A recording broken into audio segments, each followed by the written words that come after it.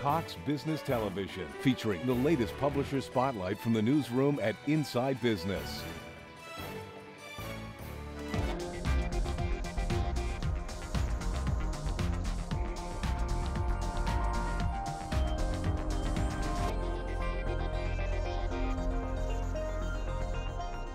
Hi, I'm Ed Power, publisher of Inside Business, and this is the latest news from the Inside Business Publisher Spotlight, our overview of what's hot in the Hampton Roads business community.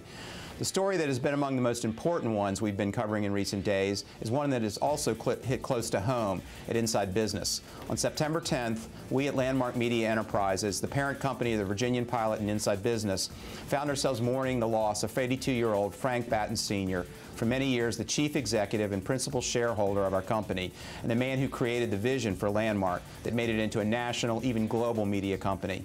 Batten was the chief architect of the Weather Channel, which Landmark sold last fall to NBC Universal for a reported $3.5 billion. During nearly 6 decades, he oversaw the company's expansion into newspapers across the country, broadcast TV stations in Las Vegas and Nashville, a community cable provider, Telecable, and into niche print and online media that led to the development of Trader Publications and finally Dominion Enterprises, now headquartered here in Norfolk. At its height, Landmark employed nearly 10,000 people and was one of the largest privately held media companies in the country.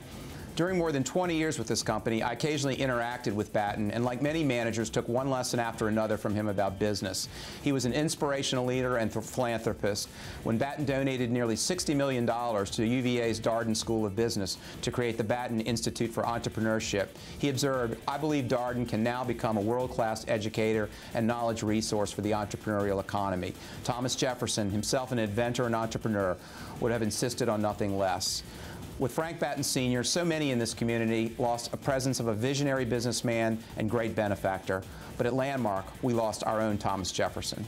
In mid-September, Inside Business was making some news of its own, putting on its first ever day-long global business conference aimed at helping regional businesses understand the complexities of expanding their product offerings and services into global markets. Helping Inside Business sponsor the event were the Port of Virginia, the City of Norfolk Department of Development, and Old Dominion University's Graduate School of Business. More than 150 attendees turned out for the conference, which had 15 different sessions on topics ranging from financing to licensing to tariffs, and doing business in specific global markets such as Latin America, India, and Africa. In other important local business news, Inside Business recently reported that a number of downtown Norfolk restaurants have sought and received grants from the city to offset lost business from an onslaught of construction choking downtown streets and creating access problems to the eateries. Most prominent among those construction projects are the tracks being laid for the Tide, Norfolk's future light rail system. The city's approved $1.3 million to underwrite the grants and already has approved 7 such grants totaling $152,000. From its Chesapeake headquarters, Dollartree Stores announced its intention to recommend declassifying its board of directors, which would mean that each director would face re-election every year.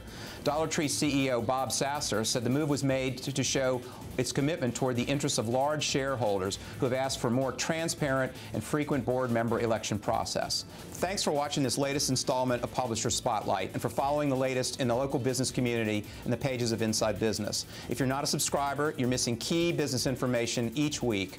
You can also find us on the web at InsideBizBiz.com. Meanwhile, I'm Ed Power, publisher of Inside Business, and I'll be back soon on Cox Business Television with another installment of Inside Business Publisher Spotlight. See you soon in the business community.